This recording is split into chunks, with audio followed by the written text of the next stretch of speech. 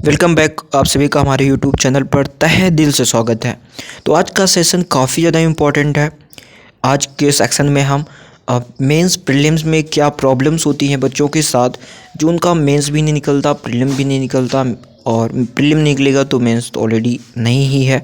लेकिन आज का जो हमारा सेशन है इसमें हम जानेंगे कि आपको कौन सी मिस्टेक्स नहीं करनी है, क्योंकि प्रीलिम्स का जो टिकट है वो मेंस का है और मेंस इंटरव्यू, क्योंकि ये एक साइकिल की तरह है।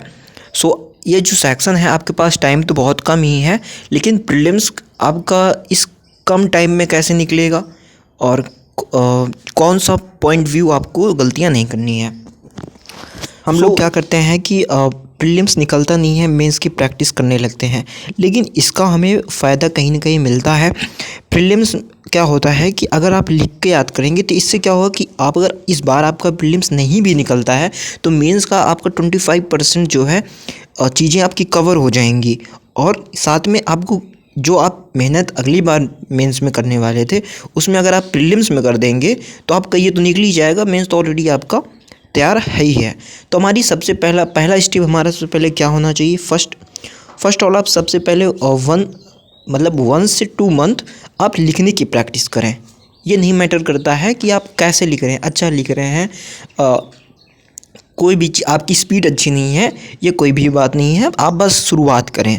दूसरा क्या है, दूसरा आपको क्या है, एक फॉर्मेट में लिखना है। आपको एक फोकस फॉर्मेट में करके लिखना है, मतलब आपका ध्यान रहना चाहिए कि आप कैसे लिख रहे हैं। लिखने की जो तरीके हैं ना, आप उसको बना के लिखें अच्छे से। सिलेबस क्या है आपका, प्रीलिम्स और मेंस का जो सिलेबस है उसी के अकॉर्डिंग लिखिए, ज़्यादा नहीं लिखना है। किसी भी चीज़ में हमें पीएचडी नहीं करना है, ओवरऑल बस हमें चीज़ों को समझते हुए चलना है।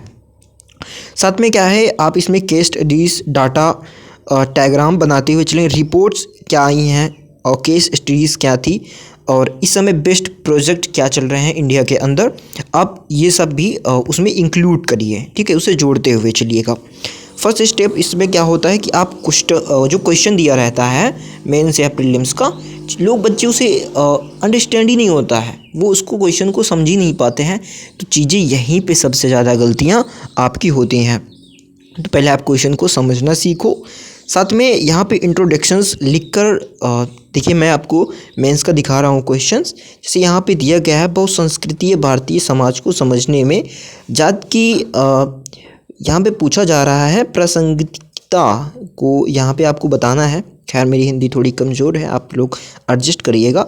सो यहाँ पे देखिए इसमें क्या है, 6 से 7 मिनट का ये जो है टाइम आपको लेना है, और 11 से 12 जो है शब्द ऐसे आपको डालने हैं जो आपके लिए काफ़ी बेनिफिट्स हो। इसमें आप सोसाइटी बता दीजिए, केस स्टडीज़ बता दीजिए, क्लास बता दीजिए, ठीक है। इस समय क्या आर्टिकल्स हैं, जो जाति जो होता है, कास्ट क्या होता है, ठीक है, यही चीज़ें आपको बतानी हैं। ये मेंस का क्वेश्चन है।